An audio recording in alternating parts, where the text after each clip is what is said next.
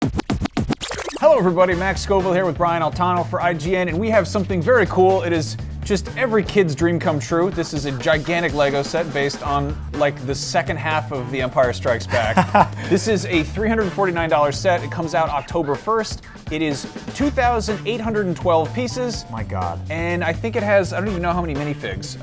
The instruction manual, for context, is almost 400 pages long. Yeah, so what's this set called, Matt? This is called Betrayal at Cloud City. Okay, so you're correct in assuming this is effectively the second half of The Empire Strikes Back, or everything from Cloud City / Bespin on. It's got some of the most iconic scenes from the rest of that movie sort of captured in one place. And I think it's interesting because it's a really cool mix of kind of the best stuff that Lego does with Star Wars vehicles and also minifigs and also dioramas. And together, I would say it's more of like a play set than like a display piece. Yeah, right? I think we've seen a lot of sort of collector grade stuff. There's obviously the UCS series, which is made for like, here are these big, huge, super detailed versions of Star Wars ships. We saw that record-breaking Millennium Falcon set. This is much more of like, this reminds me of old kind of castle or pirate sets where it was like, this is like a funky island basically. At a glance, it doesn't even look like Cloud City, but it has wonderful amounts of detail here. It has a lot of like goofy little action features, and you can recreate your favorite scenes from Empire.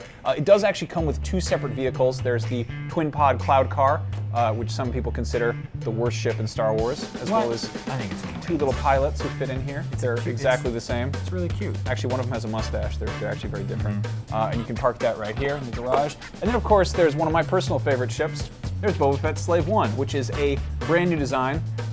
This is a kind of a really funky scale, because it's not quite, obviously it's not as big as like the full scale one they put out a while ago. Yeah. And it's nowhere near sort of the original Lego Slave One. It's kind of teeny. I love it. But it's a really nice kind of like minimalist boiled down version of the classic Slave One design. And you can go and you can buy the very expensive dedicated Slave One kit. If you can track it down, You can track it down and get one of these. It's like this big. But this is a really smart way to sort of incorporate vehicles into this set. It's got its whole sort of landing platform over here. This is sort of a difficult set to show off, so please bear with us. But this whole thing, this landing platform actually comes off pretty easily. This is definitely not a portable set. I'm not really sure where you'd put it if you don't have like a large kind of play surface. But in addition to that, it also has another sort of iconic device from The Empire Strikes Back, which is the carbon freezing chamber, which also kind of comes off on its own. And that has a really fun little action feature where there's this whole lever. Han goes in and comes out in carbonite, and you can click him out. And in the words of Boba Fett, "Put Captain Solo in the cargo hold." Oh, so he fits right in there. Clicks right in there. I love that. That's great. So on top of that, they also have the torture chamber, where you can kind of, not ask Han any questions and put him in that weird electric chair thing.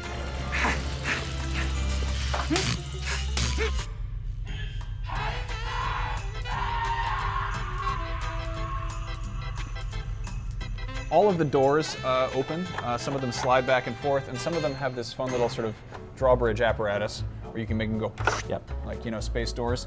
So there's a lot of little action features here too. Yeah. I dig the bridge section here, where obviously the most iconic scene in the entire movie happens. Luke finds out that his dad is garbage. Yep. Yep. Really, It's very not a great touching moment scene. for him. And you can see on his face, on that minifig, he's just like.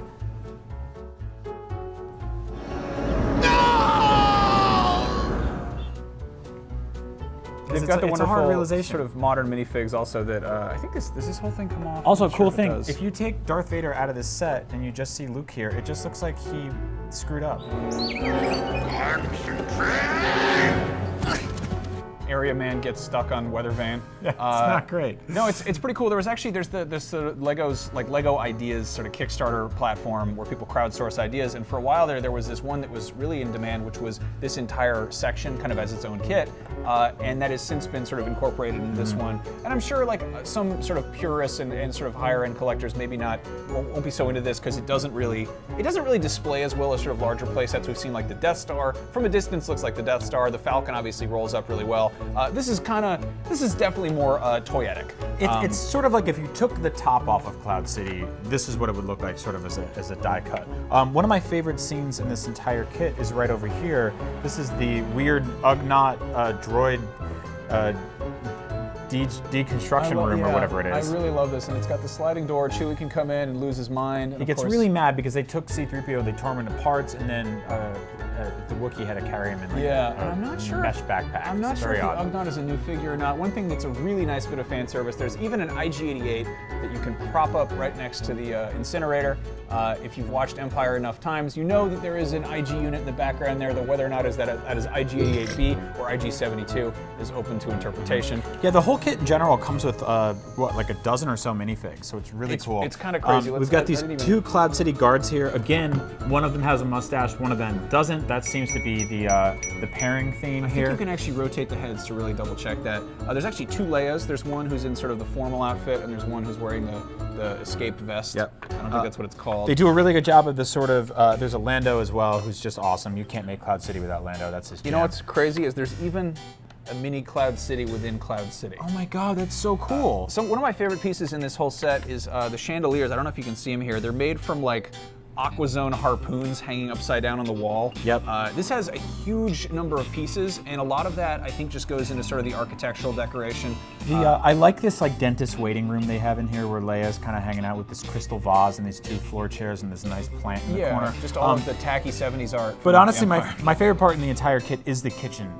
It's this beautiful decorative kitchen where Darth Vader and friends were about to sit down. It's like a dining room. Well, it's like a dining room, and they're ready to have like a nice... They're not like making sandwiches and stuff in there. They might be. I don't think. No, have you seen the film? They're like sitting around at the table set. That is a dining room, my friend. I keep meaning to watch Star Wars. It's not a kid. You should check it out. It's a great film. Do you want to get hung up on this thing for the rest of the video? All right, it's a dining room. I love the dining room in this set because it shows that awesome moment where Darth Vader is sitting here and he's like, "It's going to be a great dinner," and then Han Solo comes in and just shoots him.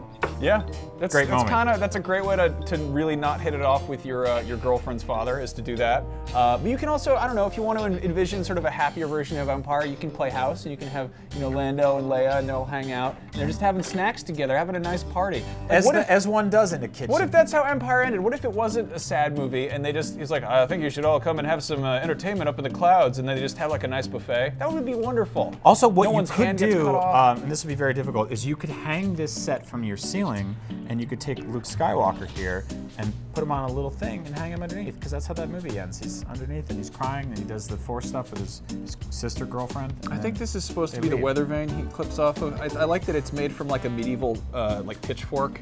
There's a lot of great pieces in here. There's one thing that's really, like, there's that whole sequence where Luke is going through all of Cloud City and he's creeping around in all these tubes and like weird vents and stuff, and they managed to even capture some of that here. There's that iconic window he just gets blown backwards out of, and this whole thing flips out for that.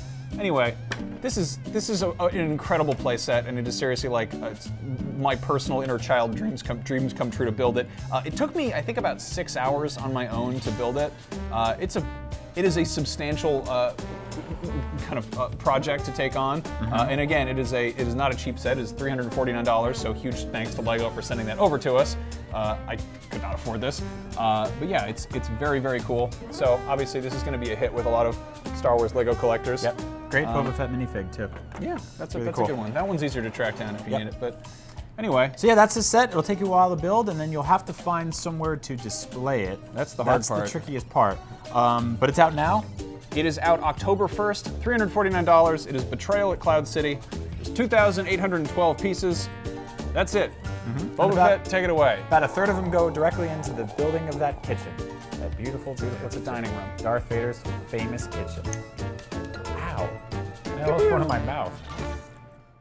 We love talking about LEGO stuff here on Up at Noon. We actually spent 18 minutes looking at photographs of upcoming LEGO sets and really just trying to pick them apart. I don't know why we thought they were so funny. If you want to see a gigantic LEGO set that's not quite official, check out this homemade Star Destroyer that's made out of just thousands of pieces. I personally think it's too big. Go watch those and check out Up at Noon every Thursday at noon Pacific time, only on IGN.